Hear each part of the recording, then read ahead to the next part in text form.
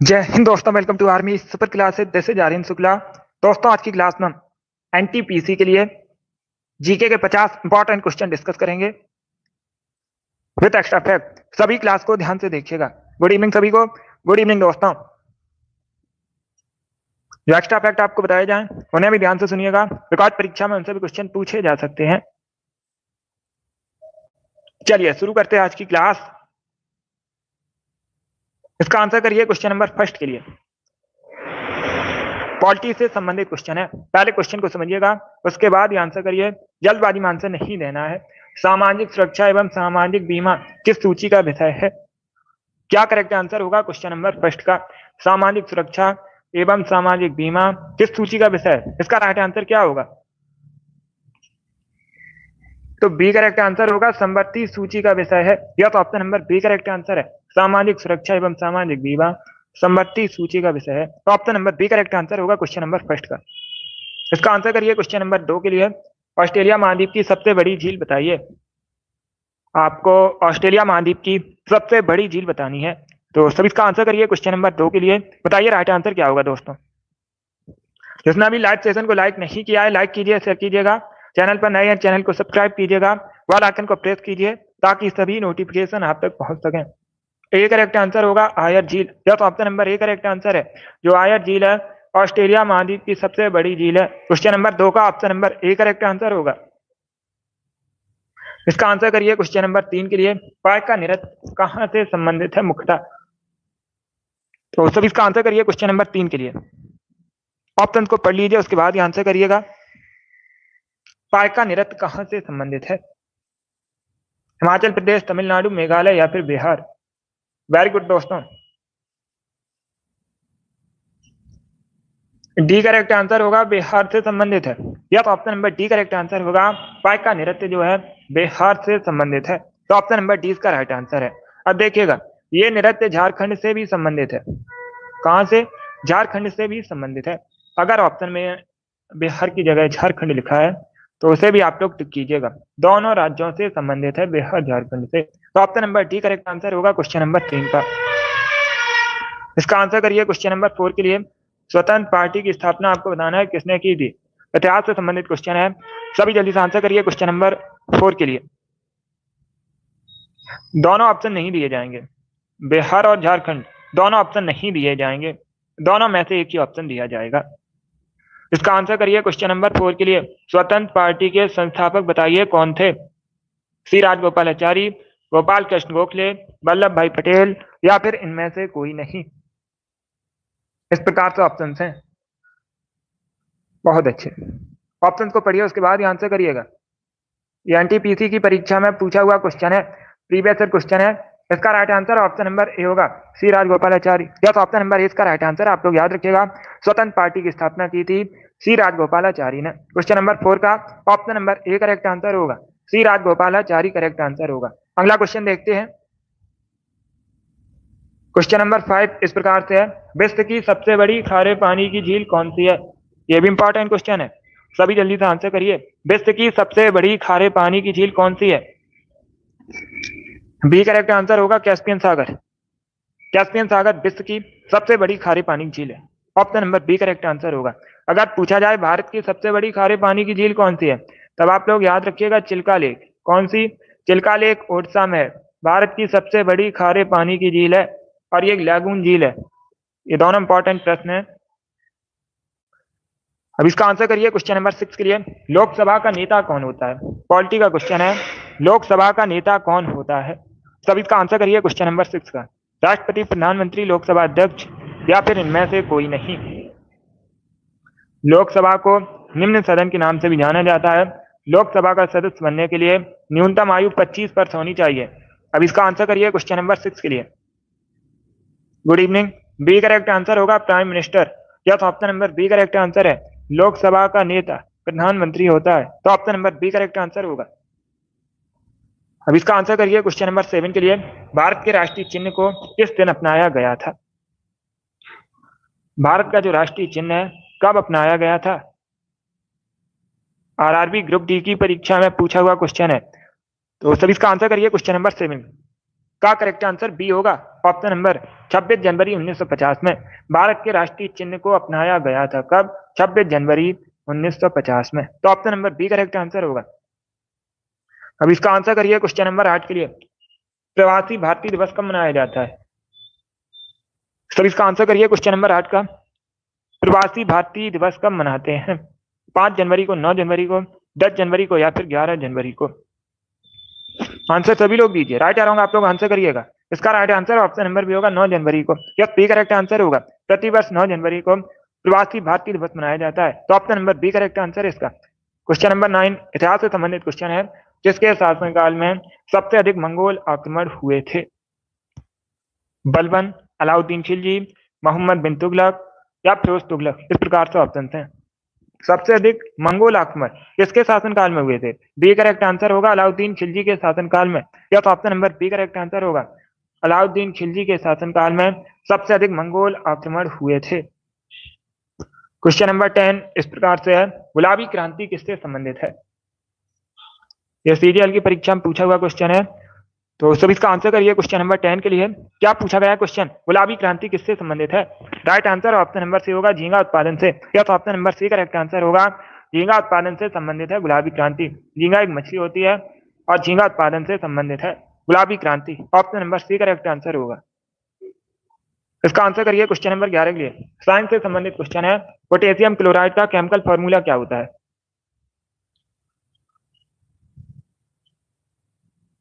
Yes, झींगा एक मछली होती है। अब इसका आंसर करिए क्वेश्चन नंबर 11 के लिए। पोटेशियम क्लोराइड का केमिकल फॉर्मूला बताइएगा। Right answer option number C होगा KCl। क्या तो option number C correct answer होगा। पोटेशियम क्लोराइड का केमिकल फॉर्मूला होता है KCl। तो option number C correct answer होगा। अब इसका आंसर करिए क्वेश्चन नंबर 12 के लिए। कैलाश सत्यार्थी किससे संबंधित है? कैलाश सत्यार्थी किससे संबंधित है? सब इसका आंसर करिए क्वेश्चन नंबर 12 के लिए। बी करेक्ट आंसर होगा बचपन बचाओ आंदोलन से संबंधित है। यह तो option number B correct answer होगा। कैलाश सत्यार्थी बचपन बचाओ आंदोलन से संबंधित है। Option number B correct answer होगा। बहुत अच्छे, सभी ने करेक्ट आंसर दिया इस बार। वेरी गुड दोस्तों, इस बार आप सभी के राइट आंसर है। अब इसका आंसर करिए क्वेश्चन नंबर 13 के लिए। अटल बिहारी वाजपेयी कान्हा क्रिकेट स्टेडियम कहां पर है? क्या पूछा गया है question? Atal Bihari Vajpayee Kanha cricket stadium कहां पर है? नई दिल्ली, लखनऊ, कोलकाता या फिर कानपुर में? तो बी करेक्ट आंसर होगा लखनऊ में। उत्तर प्रदेश की राजधानी है लखनऊ। पूछा जाता है किस नदी के किनारे बसा है लखनऊ? गोमती नदी के किनारे बसा है लखनऊ। जो है गोमती नदी के किनारे बसा है और लखनऊ में अटल बिहारी वाजपेयी कान्हा क्रिकेट स्टेडियम है। क्वेश्चन नंबर 13 का बी करेक्ट आंसर होगा। क्वेश्चन नंबर 14 इस प्रकार से है। हितोपदेश के लेखक बताइए। तो सब इसका आंसर करिए क्वेश्चन नंबर 14 के लिए। क्या पूछा गया है? हितोपदेश के लेखक कौन है? इसका right answer option number C होगा नारायण पंडित। या सी करेक्ट आंसर होगा नारायण पंडित ने हितोपदेश को लिखा है। तो option number C correct answer होगा। ए करेक्ट आंसर नहीं होगा, सी करेक्ट आंसर होगा इसका। अब इसका आंसर करिए क्वेश्चन नंबर 15 के लिए। भारत में सितार के उस्ताद के नाम से किसे जाना जाता है? भारत में सितार के उस्ताद के नाम से किसे जानते हैं? करेक्ट आंसर क्या होगा? क्वेश्चन नंबर 15 है ये। तो सी करेक्ट आंसर होगा पंडित रविशंकर को। Yes, option number C correct answer होगा। पंडित रविशंकर को भारत में सितार के उस्ताद के नाम से जाना जाता है। सी करेक्ट आंसर होगा पंडित रविशंकर। अब देखिएगा एक क्वेश्चन और पूछा जाता है। माई म्यूजिक माई लाइफ पुस्तक किसने लिखी है? इंपॉर्टेंट है, पूछ सकते हैं आपकी भी परीक्षा में। माई म्यूजिक माई लाइफ पुस्तक लिखी है पंडित रविशंकर ने। इंपॉर्टेंट है ये भी। इसका आंसर करिए क्वेश्चन नंबर 16 के लिए। ज्योग्राफी संबंधित क्वेश्चन है। मालवा पठार की प्रमुख मिट्टी कौन सी है? मालवा के पठार में कौन सी मिट्टी प्रमुख रूप से पाई जाती है? पर्वतीय मृदा, जलोढ़ मिट्टी, काली मिट्टी या फिर लाल मिट्टी? इस प्रकार से ऑप्शन हैं। आंसर सभी लोग दीजिए। राइट या रॉन्ग आप लोग आंसर करिएगा। अगर कोई क्वेश्चन आपको नहीं आता है उसे नोट डाउन कर सकते हो, बिकॉज ये सभी इंपॉर्टेंट क्वेश्चन है। सी करेक्ट आंसर होगा काली मिट्टी। या तो option number C correct answer है। मालवा पठार की प्रमुख मिट्टी है काली मिट्टी। तो option number C correct answer होगा। बाकी मैंने आपको कई बार बताया है, काली मिट्टी को रैगुर मिट्टी के नाम से भी जाना जाता है। इंपॉर्टेंट है, पूछा जाएगा। अन्य नाम क्या है? रैगुर मिट्टी के नाम से भी जाना जाता है। कपास की खेती के लिए सबसे अच्छी मानी जाती है, सबसे अच्छी होती है। कपास की खेती के लिए सबसे अच्छी होती है काली मिट्टी। मालवा के पठार की प्रमुख मिट्टी है। Option number C correct answer होगा। अब इसका आंसर करिए क्वेश्चन नंबर 17 के लिए। निम्न में से कौन से राष्ट्रपति पूर्व में केंद्रीय गृह मंत्री थे? इनमें से आपको बताना है भारत के कौन से राष्ट्रपति पूर्व में केंद्रीय गृह मंत्री थे? तो सभी इसका आंसर करिए क्वेश्चन नंबर 17 के लिए। बी करेक्ट आंसर होगा Giani Zail Singh. Yes, option number B correct answer होगा ज्ञानी जैल सिंह। भारत के केंद्रीय गृह मंत्री थे। आगे चलकर ये भारत के राष्ट्रपति बने थे। तो option number B correct answer होगा इसका ज्ञानी जैल सिंह करेक्ट आंसर होगा। और भारत के पहले गृह मंत्री थे, तो याद रखिएगा, सरदार वल्लभ भाई पटेल। शिवांशु क्लास लाइव है। अब इसका आंसर करिए क्वेश्चन नंबर 17 के लिए। तो बी करेक्ट आंसर होगा इसका ज्ञानी जैल सिंह करेक्ट आंसर होगा। अब इसका आंसर करिए क्वेश्चन नंबर 18 के लिए। मेकांग डेल्टा बताइए कहां पर है? सभी जल्दी से आंसर करिएगा। क्या पूछा गया? मेकांग डेल्टा निम्न में से कहां पर है? इसका राइट आंसर क्या होगा दोस्तों? ऑप्शंस को पढ़िए। भारत, अमेरिका, बांग्लादेश या फिर वियतनाम, इस प्रकार से ऑप्शन है। तो इसका right answer option number D होगा वियतनाम में। डी करेक्ट आंसर होगा इसका। आप लोग याद रखिएगा जो मेकांग डेल्टा है वियतनाम में है। Option number D correct answer होगा। अब इसका आंसर करिए क्वेश्चन नंबर 19 के लिए। सरकारी आयोग ने अपनी रिपोर्ट कब प्रस्तुत की थी? ये भी बहुत सी परीक्षाओं में पूछा हुआ क्वेश्चन है। तो सभी इसका आंसर करिए क्वेश्चन नंबर 19 के लिए। सरकारी आयोग ने अपनी रिपोर्ट कब प्रस्तुत की थी? अगर पूछा जाए सरकारी आयोग किससे संबंधित है, तो आप लोग याद रखिएगा केंद्र राज्य संबंध से संबंधित है। किससे संबंधित है? केंद्र और राज्य के संबंध से। Right answer option number B होगा 1988। Option number B correct answer होगा 1988 में सरकारी आयोग ने रिपोर्ट प्रस्तुत की थी। तो ऑप्शन नंबर 20 का राइट आंसर है। अब इसका आंसर करिएगा क्वेश्चन नंबर 20 के लिए। भारत में प्रथम महिला विश्वविद्यालय कब स्थापित हुआ था? अच्छा क्वेश्चन है। तो सभी इसका आंसर करिए क्वेश्चन नंबर 20 के लिए। भारत में प्रथम महिला विश्वविद्यालय कब स्थापित हुआ था? इसका right answer option number C होगा 1916 में, 1916 में भारत में पहला महिला विश्वविद्यालय स्थापित हुआ था। तो option number C correct answer होगा। क्वेश्चन नंबर 21 इस प्रकार से है, झीलों का देश किसे कहते हैं? निम्न में से किसे झीलों के देश के नाम से भी जाना जाता है? आयरलैंड को, फिनलैंड को, स्कॉटलैंड को या फिर नॉर्वे को? तो सभी इसका आंसर करिए क्वेश्चन नंबर 21 के लिए। इसका right answer option number B होगा फिनलैंड को। यस, बी करेक्ट आंसर होगा फिनलैंड को। झीलों के देश के नाम से भी जानते हैं। क्वेश्चन नंबर 21 का option number B correct answer होगा। अब इसका आंसर करिए क्वेश्चन नंबर 22 के लिए। शुद्ध सोना होता है कितने कैरेट का? 18 कैरेट का, 20 कैरेट का, 22 कैरेट का या फिर 24 कैरेट का? तो सभी इसका आंसर करिए क्वेश्चन नंबर 22 के लिए। आंसर सभी लोग दीजिए। इसका right answer option number D होगा 24 कैरेट का। यस, डी करेक्ट आंसर होगा। जो शुद्ध सोना है 24 कैरेट का होता है। ऑप्शन नंबर डी इसका राइट आंसर होगा। अब इसका आंसर करिए क्वेश्चन नंबर 23 के लिए। तड़ित चालक का आविष्कार किसने किया था? एनटीपीसी की परीक्षा में पूछा हुआ क्वेश्चन है, प्रीवियस से क्वेश्चन है। तो सभी इसका आंसर करिए क्वेश्चन नंबर 23 के लिए।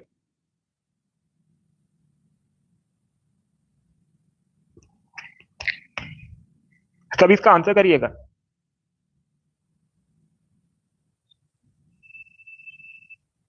इसका right answer option number D होगा बेंजामिन फ्रैंकलिन। या तो option number D correct answer होगा। तड़ित चालक का आविष्कार किया था बेंजामिन फ्रैंकलिन ने। तो option number D correct answer है। अब इसका आंसर करिए क्वेश्चन नंबर 24 के लिए। सभी इसका आंसर करिएगा। रजिया सुल्तान के पिता का नाम बताइए कौन था, क्या था? रजिया सुल्तान दिल्ली सल्तनत की पहली और अंतिम महिला शासका थी।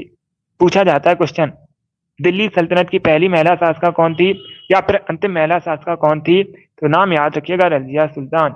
और ये इल्तुतमिश की बेटी थी। Option number C correct answer होगा। क्या करेक्ट आंसर होगा? सी करेक्ट आंसर होगा।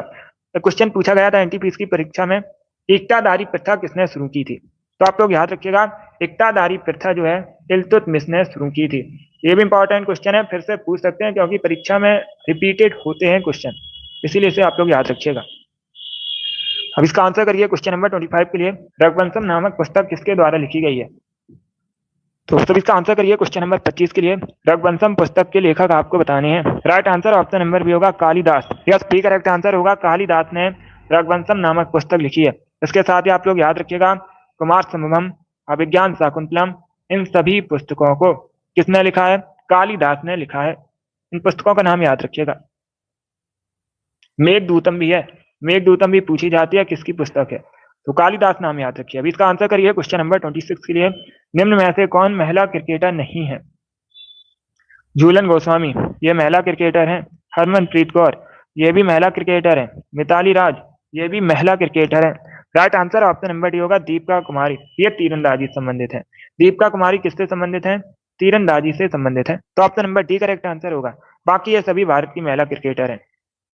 अब इसका आंसर करिए क्वेश्चन नंबर 27 के लिए। माचिस की तीलियों में होता है, माचिस की तीलियों में क्या होता है? सल्फर, मैग्नीशियम, पोटेशियम या फिर रेड फास्फोरस? तो इसका right answer option number D होगा red phosphorus. Yes, option number D correct answer है। माचिस की तीलियों में होता है लाल phosphorus. Option number D correct answer होगा। अब इसका आंसर करिए क्वेश्चन नंबर 28 के लिए।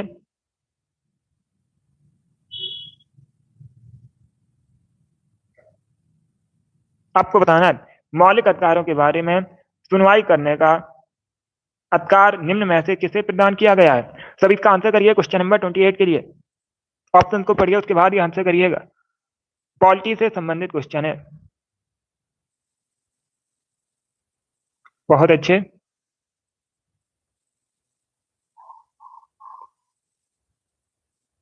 इसका राइट आंसर होगा option number a supreme court. या तो option number A correct answer होगा। आप लोग याद रखिएगा, मौलिक अधिकारों के बारे में सुनवाई करने का अधिकार सुप्रीम कोर्ट को प्रदान किया गया है। तो ऑप्शन नंबर इसका राइट आंसर होगा। अगर पूछा जाए वर्तमान में भारतीय संविधान में कितने मौलिक अधिकार हैं? 6 मौलिक अधिकार हैं। जब भारतीय संविधान बना था उस समय 7 मौलिक अधिकार थे, लेकिन संपत्ति के अधिकार को हटा दिया गया। तो वर्तमान में कितने मौलिक अधिकार हैं? 6 मौलिक अधिकार हैं। ये भाग 3 में वर्णित है। पूछा जाता है किस भाग में वर्णित है? भाग 3 में वर्णित है। अनुच्छेद 12 से 35 तक भारतीय संविधान में इनका वर्णन किया गया है। ये सब इंपॉर्टेंट क्वेश्चन है, इनको आप लोग याद रखिएगा, जो मैंने आपको एक्स्ट्रा फैक्ट बताए हैं, पूछे जाते हैं क्वेश्चन परीक्षा में। इसका आंसर करिए क्वेश्चन नंबर 29 के लिए। तो सब इसका आंसर करिएगा।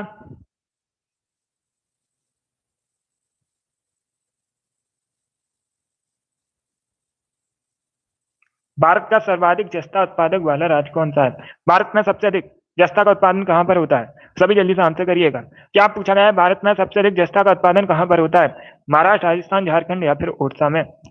तो right answer option number B होगा राजस्थान में। बी करेक्ट आंसर होगा इसका। भारत में सबसे अधिक जस्ता का उत्पादन होता है राजस्थान में। Option number B correct answer होगा।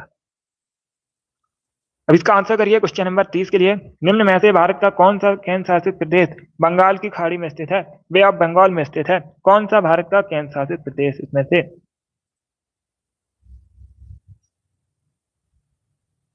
सब इसका आंसर करिएगा। बहुत अच्छे।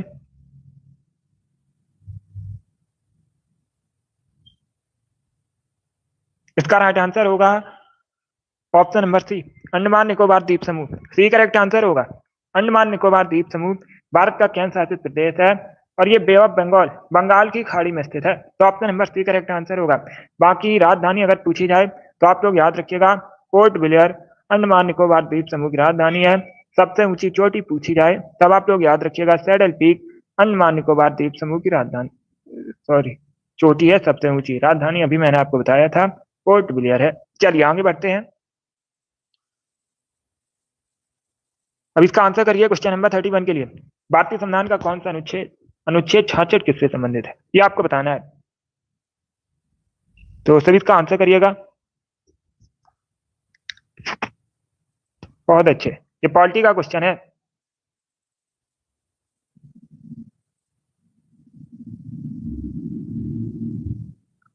इसका right answer option number B होगा, उपराष्ट्रपति के चुनाव से संबंधित है। क्या बी करेक्ट आंसर होगा इसका? Yes Yogesh, B correct answer होगा।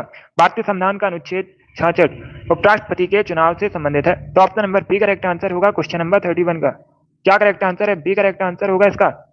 अगला क्वेश्चन देखते हैं। अब इसका आंसर करिए क्वेश्चन नंबर 32 के लिए। हीमोग्लोबिन की कमी के कारण निम्न में से कौन सा रोग होता है? तो सर इसका आंसर करिए। क्या पूछा गया? हीमोग्लोबिन की कमी के कारण निम्न में से कौन सा रोग होता है? इसका right answer option number A होगा, एनीमिया। या तो option number A correct answer होगा। एनीमिया हीमोग्लोबिन की कमी से कारण होने वाला रोग है। तो ऑप्शन नंबर इसका राइट आंसर होगा। चलिए आगे बढ़ते हैं। अब इसका आंसर करिए क्वेश्चन नंबर 33 के लिए। सभी जल्दी से आंसर करिए क्वेश्चन नंबर 33 के लिए। भारत में त्रिस्तरीय पंचायती राज तंत्र की सिफारिश किसने की थी? उस समिति का नाम बताइएगा जिसने भारत में त्रिस्तरीय पंचायती राज तंत्र की सिफारिश की थी। तो option number B correct answer होगा, बलवंत राय मेहता समिति। या तो option number B correct answer होगा, बलवंत राय मेहता समिति ने भारत में त्रिस्तरीय पंचायती राज तंत्र की सिफारिश की थी। Option number B correct answer है। अब इसका आंसर करिए क्वेश्चन नंबर 34 के लिए। सभी जल्दी से आंसर करिए क्वेश्चन नंबर 34 के लिए। बताइए इसका राइट आंसर क्या होगा। अशोक के अधिकांश शिलालेख किस लिपि में लिखे हैं? इसका राइट आंसर क्या होगा दोस्तों? अशोक मौर्य वंश के शासक थे। कई बार मैंने आपको बताया भी है। अशोक के साम्राज्य की राजधानी पाटलिपुत्र थी। इसका right answer option number A होगा, ब्राह्मी लिपि में। या तो option number A correct answer होगा। Good evening. A correct answer होगा इसका। आप लोग याद रखिएगा, सम्राट अशोक के अधिकांश शिलालेख ब्राह्मी लिपि में लिखे हैं, तो ऑप्शन नंबर ए इसका राइट आंसर है। अब इसका आंसर करिए क्वेश्चन नंबर 35 के लिए। यमुना नदी निम्न में से किस राज्य से होकर नहीं गुजरती है? हरियाणा, उत्तर प्रदेश, गुजरात या फिर उत्तराखंड। इस प्रकार से ऑप्शन हैं। तो सब इसका आंसर करिए क्वेश्चन नंबर 35 के लिए। नहीं गुजरती है, तो सी करेक्ट आंसर होगा, गुजरात से होकर नहीं गुजरती है। ऑप्शन नंबर सी इसका राइट आंसर होगा। यमुना नदी जो है गुजरात से होकर नहीं गुजरती है। Option number C correct answer होगा। बाकी हरियाणा, उत्तर प्रदेश और उत्तराखंड इन तीनों राज्यों से होकर गुजरती है। सी करेक्ट आंसर होगा। और ये उत्तर प्रदेश के प्रयागराज में गंगा नदी में आकर मिलती है। गंगा नदी की सबसे बड़ी सहायक नदी है यमुना नदी। आप लोग याद रखिएगा। अब इसका आंसर करिए क्वेश्चन नंबर 36 के लिए। सभी जल्दी से आंसर करिए क्वेश्चन नंबर 6 के लिए, 36 के लिए। क्वेश्चन इस प्रकार से है, दारा सिकोह ने किस शीर्षक से उपनिषदों का फारसी में अनुवाद किया था? आप लोग भी जल्दी से आंसर करिएगा। इसका right answer option number C होगा, सिर अकबर। या तो option number C correct answer होगा। बी करेक्ट आंसर नहीं होगा। आपसे ये नहीं पूछा गया, पहले क्वेश्चन को समझिएगा। आपसे ये नहीं पूछा गया है नज्म उल बहरीन के लेखक कौन है। अगर पूछा जाता नज्म उल बहरीन के लेखक कौन है, तो आप लोग याद रखिएगा दारा सिकोह ने लिखा है।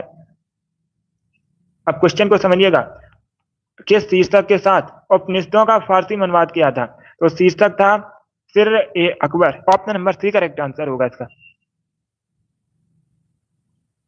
इसका right answer option number C होगा। अब इसका आंसर करिए क्वेश्चन नंबर 37 के लिए। अच्छा हूँ योगेश। अब इसका आंसर करिए क्वेश्चन नंबर 37 के लिए। आपको बताना है निम्न में से कौन सा चालक है, इसीलिए आपको जल्दबाजी में आंसर नहीं देना है। अगर आप लोग क्वेश्चन को बिना पढ़े आंसर करोगे तो आंसर गलत हो जाएगा। पहले पढ़ लीजिएगा एग्जैक्ट पूछा क्या गया है, उसके बाद ही आंसर करिएगा। देखिएगा निम्न में से चालक कौन सा है। डी करेक्ट आंसर होगा जर्मेनियम। या तो option number D correct answer है। जर्मेनियम एक अर्धचालक पदार्थ है। अब इसका आंसर करिए क्वेश्चन नंबर 38 के लिए। रबी फसलों की बुवाई की जाती है किन महीनों में? रबी फसलों की बुवाई की जाती है, तो इसका right answer option number D होगा, अक्टूबर नवंबर में। डी करेक्ट आंसर होगा। अक्टूबर नवंबर में रबी फसलों की बुवाई की जाती है। Option number D correct answer होगा। और अगर पूछा जाए कटाई कब की जाती है, तो अप्रैल मई में कटाई की जाती है।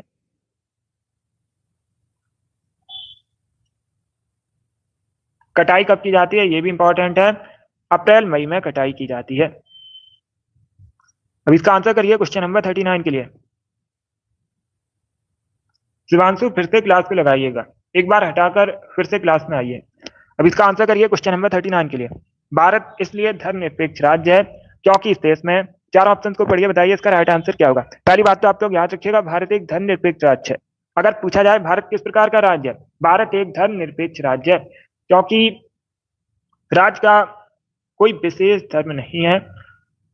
राज्य किसी विशेष धर्म को संरक्षण प्रदान नहीं करता है। देखिएगा इसका right answer option number A होगा, राज्य का कोई धर्म नहीं है। सी करेक्ट आंसर नहीं होगा इसका। सी करेक्ट आंसर नहीं होगा। ये जल्दबाजी मैंने नहीं देखा। सी करेक्ट आंसर नहीं होगा इसका। ए करेक्ट आंसर होगा इसका। यस, भारत इसलिए धर्मनिरपेक्ष राज्य है क्योंकि राज्य का कोई धर्म नहीं है। ए करेक्ट आंसर होगा इसका। क्वेश्चन नंबर 39 है ये। ऑप्शन नंबर इसका राइट आंसर है। चलिए आगे बढ़ते हैं। अब इसका आंसर करिए क्वेश्चन नंबर 40 के लिए। यस, ए करेक्ट आंसर है। जैन धर्म के नियमों का पालन करना निम्न में से किसके लिए कठिन था? तब इसका आंसर करिएगा। जैन धर्म का पालन करना निम्न में से किसके लिए कठिन था? इसका राइट आंसर क्या होगा दोस्तों? इसका right answer option number D होगा, किसानों के लिए। क्या करेक्ट आंसर होगा? ऑप्शन नंबर डी इसका राइट आंसर है, किसानों के लिए कठिन था। तो ऑप्शन नंबर डी इसका राइट आंसर होगा। अब इसका आंसर करिए क्वेश्चन नंबर 41 के लिए। मंगोल शासक चंगेज खान की मृत्यु कब हुई थी? चंगेज खान की मृत्यु बतानी है कब हुई थी। तो इसका right answer option number C होगा, 1227 में। सी करेक्ट आंसर होगा इसका, 1227 में हुई थी चंगेज खान की मृत्यु। ऑप्शन नंबर सी इसका राइट आंसर है। अब इसका आंसर करिए क्वेश्चन नंबर 42 के लिए। भारतीय संसद में जैव विविधता अधिनियम कब पारित हुआ था? सभी जल्दी से आंसर करिए। क्या पूछा गया? भारतीय संसद में जैव विविधता अधिनियम कब पारित हुआ था? इसका राइट आंसर क्या होगा? तो right answer option number B होगा 2002 में। बी करेक्ट आंसर होगा। 2002 में भारतीय संसद में जैव विविधता अधिनियम पारित हुआ था। Option number B correct answer होगा। अब इसका आंसर करिए क्वेश्चन नंबर 43 के लिए। रावत भाटा परमाणु ऊर्जा संयंत्र भारत के किस राज्य में है? राजस्थान में, महाराष्ट्र में, जम्मू कश्मीर में या फिर तमिलनाडु में? तो इसका right answer option number A होगा, राजस्थान में। यस, ए करेक्ट आंसर होगा राजस्थान में। रावत भाटा परमाणु ऊर्जा संयंत्र है क्वेश्चन नंबर 43 का। Option number A correct answer होगा। चलिए आगे बढ़ते हैं। अब इसका आंसर करिए क्वेश्चन नंबर 44 के लिए। मिशनरीज ऑफ चैरिटी किस शहर में स्थित है? तो सभी इसका आंसर करिए क्वेश्चन नंबर 44 के लिए। क्या पूछा गया? मिशनरीज ऑफ चैरिटी किस शहर में स्थित है? इसका right answer option number B होगा, कोलकाता में। यस, बी करेक्ट आंसर होगा। कोलकाता वेस्ट बंगाल की राजधानी है। कोलकाता कहां पर है? वेस्ट बंगाल की राजधानी है, जो कि हुगली नदी के किनारे बसा है। कोलकाता हुगली नदी के किनारे बसा है। अब इसका आंसर करिए क्वेश्चन नंबर 45 के लिए। मानव विकास सूचकांक कौन जारी करता है? सभी जल्दी से आंसर करिए। क्या पूछा गया? मानव विकास सूचकांक कौन जारी करता है? इसका राइट आंसर क्या होगा? बी करेक्ट आंसर होगा इसका, यूएनडीपी। क्या करेक्ट आंसर होगा? बी करेक्ट आंसर होगा। यूएनडीपी मानव विकास सूचकांक जारी करता है। बाकी अगर पूछा जाए यूएनडीपी का फुल फॉर्म क्या होता है, इंपॉर्टेंट ये भी है, तो आप लोग याद रखिएगा, यूनाइटेड नेशंस डेवलपमेंट प्रोग्राम। चलिए आगे बढ़ते हैं। अब इसका आंसर करिए क्वेश्चन नंबर 46 के लिए। भारी मशीन प्लांट कहां पर स्थित है? सब इसका आंसर करिएगा। क्या पूछा गया? भारी मशीन प्लांट कहां पर स्थित है? इसका right answer option number C होगा, रांची में। सी करेक्ट आंसर होगा इसका। रांची में भारी मशीन प्लांट स्थित है। ये झारखंड के रांची में है, तो option number C correct answer होगा। अब इसका आंसर करिए क्वेश्चन नंबर 47 के लिए। कांग्रेस के किस अधिवेशन की अध्यक्षता महात्मा गांधी ने की थी? सभी जल्दी से आंसर करिए क्वेश्चन नंबर 47 के लिए। बहुत अच्छे। तो बी करेक्ट आंसर होगा, बेलगांव का अधिवेशन हुआ था। कब हुआ था? 1924 में। 1924 में भारतीय राष्ट्रीय कांग्रेस का बेलगांव अधिवेशन हुआ था। अध्यक्षता की थी महात्मा गांधी ने। ऑप्शन नंबर बी इसका राइट आंसर। अभी इसका आंसर करिए क्वेश्चन नंबर 48 के लिए। गुवाहाटी किस नदी के तट पर स्थित है? सभी जल्दी से आंसर करिए दोस्तों। बताइए, गुवाहाटी किस नदी के तट पर स्थित है? इसका राइट आंसर क्या होगा? गुवाहाटी ब्रह्मपुत्र नदी के किनारे बसा है। Option number C correct answer होगा। और जो गुवाहाटी है, ये असम का शहर है। अगर पूछा जाए कहां पर है, असम में। इसका right answer option number C होगा। अब इसका आंसर करिए क्वेश्चन नंबर 49 के लिए। भारत में रेल मार्गों का सबसे बड़ा जाल वाला निम्न में से कौन सा प्रदेश है? सबसे अधिक रेल मार्गों का जाल निम्न में से किस प्रदेश में है? वेस्ट बंगाल, महाराष्ट्र, आंध्र प्रदेश या फिर उत्तर प्रदेश में? तो इसका right answer option number D होगा, उत्तर प्रदेश में। डी करेक्ट आंसर होगा। उत्तर प्रदेश में सबसे बड़ा रेल मार्गों का जाल है, तो ऑप्शन नंबर डी इसका राइट आंसर है। बहुत अच्छे। इसका आंसर करिए क्वेश्चन नंबर 50 के लिए। आज का लास्ट क्वेश्चन है। आंसर सभी लोग दीजिएगा। क्वेश्चन इस प्रकार से है। गहरे समुद्र में पानी का रंग नीला दिखाई देता है, किसके कारण? गहरे समुद्र में पानी का रंग जो नीला है, किसकी वजह से दिखाई देता है? इसका राइट आंसर क्या होगा दोस्तों?